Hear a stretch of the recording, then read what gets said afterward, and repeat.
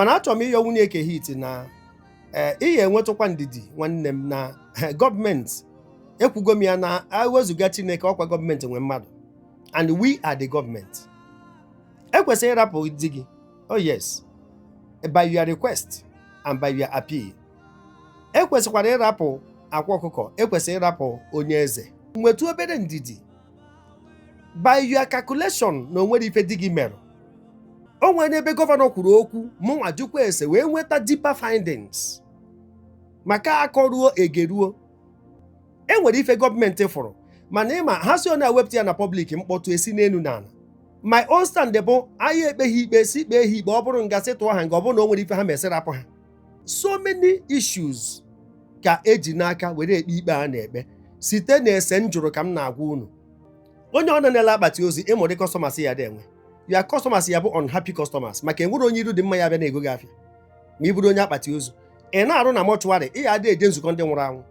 Elesa ha anaghị ọgwụ oke na hold up ma na moto gị agbadago ebeta gị ego ma ọ nọ ka onye rụbụrụ hotel ebe ndị akwụna na-anọ automatically ọ ndị ori na-abịa odi ebe ahụ ndị agafu ọfọ ogeri bụ ndị ya dị patronize doze ndị ashawo o nwere ife ọzọ ini obi rụọ 3 dekin ụmụ agbọghọbịa agha juo na ya a na-enye gị ego on daily basis or weekly basis mana adaghị nwaanyị anọghị ebe ahụ ọkwa ifuru unu mana ana m ayọ gọọmenti ka e nwee ike mee ife a ka ọ dị nkenke maka nchere ogologo oge na-eme ka obi daa mba. E nwekwa so many false prophets.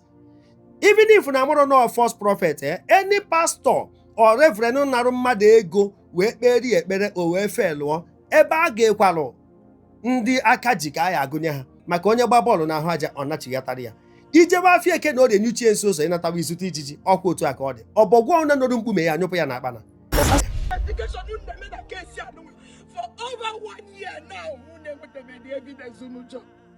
Sakenemaka, you know the truth. Kokija Adima, Sakenemaka, you know. Konya Adima no Gija, Sakenemaka, you know. And you know the end and the people that made you hold the case. They are all lies. Ekeita de Bumadu. You know him, unnegotiable. You know him. But just because you gave him an invitation and a bureau, that is why you're suffering him like this. I don't know what 1 year.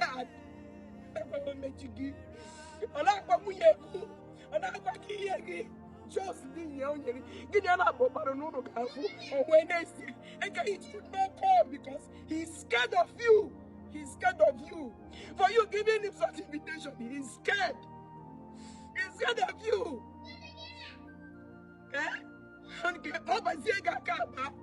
Iwa no wagi pukwa kwa sena chibia ya nwa pokwa gisi na ngeja no bai isi ya bia wanu dod isi ya bia wanu dod ibi abodi abochie for 1 year now and eje court afu na go to any ni ba ma go to akulo ya na akulo you go every court na kuchakwa mlo ya ketata bona police na god I will draw second we bia bele apu se ka iti ko na no ki je ka ito wo jo so je ka iti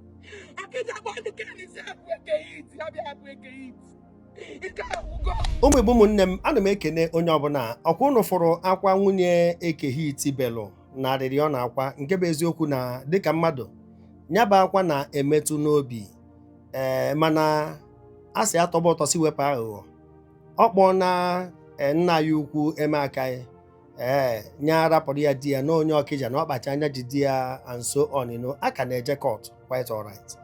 Ọtụtụ mmadụ ajụọ na m wee so okwu na jụọ kedu ife ejepụta kedu ife ndị a mee mana ị na-ebe akwa nwaanyị a bịara ma oge ahụ ọ mụrụ nwa ndị mmadụ bịakwa nyere ya aka and so on mara na ekwesịrị ka arapụ ya mana sentimentally ife a bụrụ ife a eji emotions wee so. Ada m ekwiri gọọmenti ma ha mee nke adịrọ mma o doro unu anya gọọmenti meta nke dị mma anyị enye ha dia credit mana achọrọ m ịyọ nwunye eke hit na ihe enwetụkwa ndidi nwanne m na gọọmenti ekwugo m ya na ewezuga Chineke ọkwa gọọmenti nwe mmadụ and we are the government. Ekwesịrị ịrapụ di gị, oh yes, by your request and by your appeal.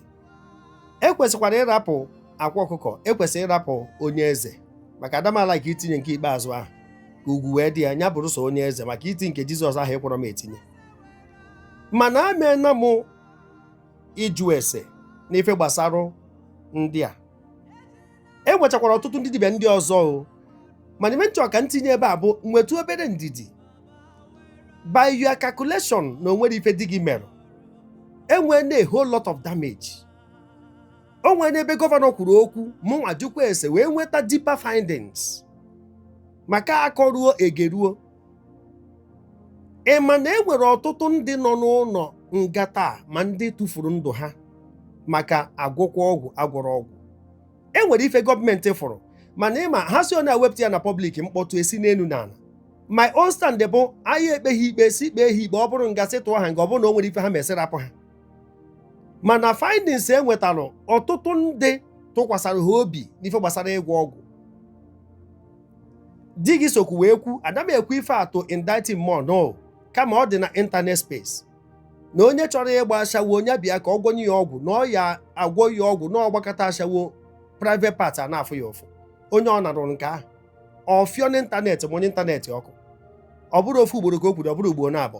Ịma ụmụ agbọghọbịa one maka nzuzu kale na dị social media space. Ịma mmadụ one private party na-afụfụ kemgbe ahụ a gwara ha.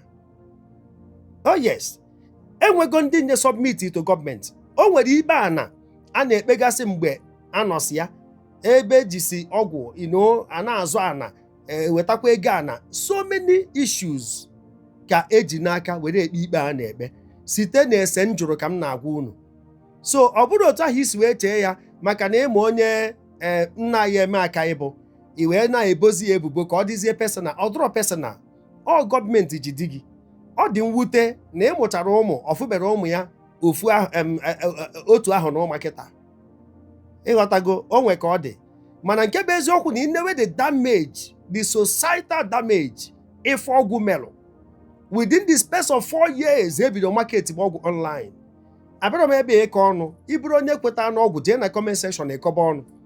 Agwara m na ife mejiri like ịsa unu okwu na comment section bụ na ibido ha n'ikwu ọnụ efu. Ana m afụta gị ka ebe m na-aga n'ụzọ onye ala bụọ m ọnụ mmiri. Mbụkwara ịma na anyị na-aba ayịbaga ala maka evil spirit is transferable, so I will not give you that space. So ịkọcha m ọnụ ịchịrịta no. O kwesịrị ịkwa ịghọta na ụdị afọ onye na-azụ kwesịrị igosi ụdị customers ọ na-enwe. Maka ị na ha na-agwọ ọgwụ ịmara ụdị ndị na-abịa na asị customers, ịghọtago ma ndị ori ya ada abịa, ndị ajọ obi ya ada abịa, ndị chọrọ ịnara mmadụ ife ha n'ike ya ada abịa. A lot of things eji ọgwụ eme. 95% if not 100 enwere nke bụ ezigbo ife. Izigo nnọọ nke iji echere onwe gị for self defense. Ị ya na obi mee mmadụ ife kweta na onwere ife mmadụ ya emenwu gị. Ọ ife dịkwa n'ọgwụ mmadụ ji echere onwe ya. Now, onye ọ na-ele akpati ozi ịmụrụ customers ya dị enwe. Ya customers ya bụ unhappy customers maka enwere onye iru dị mma ya bịa na-ego gị afịa. Ma ị bụrụ onye akpati ozu, ị na-arụ na mọchụwarị, ị ya adị eje nzukọ ndị nwụrụ anwụ. Ịfụrụ ya? Ị na-ọnya ka njikwa ụbọchị ya na elesa ha anaghị ọgwụ oke na hold up ma na moto gị agbadago. Ebeta gị ego maka iburu nu Prado ma ọwụ ụmụ klasik a amị anwa nwere ọgwụ oke bịa na-ayọrọ gị na glass moto. So ha na-iso na ndị a na-efere ọgwụ oke na glass moto ma na jee nya moto gị agbadago. Just park kwanyere onwe gị ugwu ka ị ghara iso na ndị nwe obodo. So customers ị na-enwe ọnọ ka onye rụbụrụ hotel ebe ndị akwụna na-anọ, automatically ọ ndị ori na-abịa odi ebe ahụ, ndị agafu ọfọ ogeri bụ ndị ya de patronize doze ndị ashawo. O nwere ife ọzọ ini obi rụọ 3 dekin ụmụ agbọghọbịa agha juo na ya a na-enye gị ego on daily basis or weekly basis, mana adaghị nwaanyị anọghị ebe ahụ. Ọkwa ifuru unu ife nji wee kwuo ya bụ na ụdị afọ onye na-azụ ya akọwa ụdị customers ọ ya enwe. So ife niile a na-eme n'ala Igbo bụ nke onye na-eme ndị mmadụ a na-enene, ọha na-enene, ndị anya udo a na-atụtụkọ. So o nwere ife afọ mana anyị eji ya nwayọ.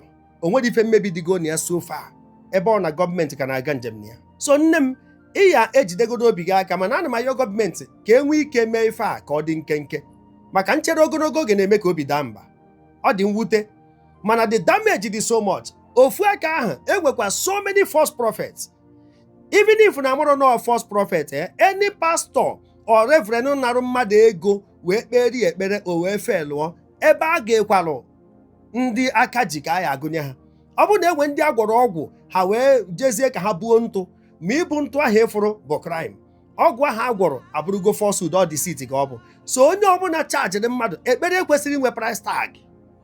So ọ na-enwe na family emere ekpere ụmụ family deliverance a 1 million, half a million abịa gbusi osisi dị bụ unu ife na-ebe ka na-ebe. ọ bụrụ na e nwere proof of payment maka kọtụ adịghị emekwa nke ọgwụ ma spiritual, were that proof of payment jebe n'ụlọ ikpe ka eje nwụkọrọ those pastors, maka ọtụtụ ekperima nọ wolves in sheep clothing. So nne m asị m ka m tinye ọnụ wee yọọ gị, ife abụ my stand, gọọmenti ha fast track ya for the sake of ụmụazị ndị a. Ma gị chetakwa na ọ na-enwere ebe ọgwụ a mebisiri ife ọkwa na famili mmadụ, ọkwa ụmụ mmadụ, maka onye gba bọọlụ n'ahụ aja ọ nachighatara ya. Ijebe afọ eke na ọ na-enyuchie nso ụzọ ịnatawa izute ijiji, ọkwa otu a ka ọ dị. Ọbọgwụ na nọrụ mkpume ya anyụpụ ya na akpana. So ana m ayọ ka a ghara etina ka esi weni aka, biko ghọta ya na ọ bụrụ onye na-akpọ afa ji di gị, wepụgodo ife amara mmadụ, wepụ ife ụmụnna, wepụ ife ndị obodo, wepụ emotions and sentiments. Kama na ọtụtụ ụmụ nwaanyị nwere ike ịdanye na nke agwọ ọgwụ private part afụba ụfụ akwarụzi iko, ịma ndị felugo breki na akwaba iko maka ọgwụ ahụ, ka enwee ike stand kwuo na enwere onye agwara ya nọọ ife eji ekwugharị ọ na ịma nọ ka esi wee kwu ya oge ahụ. Internet a so many people are go deceived. Onwe ndị nọ na pains, excruciating pains, agonizing period, mana ọnụ ahịa ekwe ha kọ maka the stigma, maka apụta na public kwuo na agwọrọ m ọgwụ nji wee gbaba asamo. Imagine the family, the relatives and the friends. So onwe ndị na-anwụ in silence maka ife eji ọgwụ wee mee within the space of 4-5 years na internet. Mana ọ ya adịcha mma nne m, ife mma na onwere ife ya eme ha jecha ha ya anata. Enwe ndị agwọrọ ọgwụ mebiere ife, apart from ndị nwụrụ anwụ, ekpere anyị bụ ọ dị n'onye iru mma ya dịgwa onye azụ mma. Nke onye na-eme adịrọ mmanya wepụ aka na ya, ka ana Igbo dị mma maka echi ka anyị ji wee na-ekwu. Aha m brọda Paul Chigbo, onye afro taa ka afọ ya echi, ka emesịa nọ.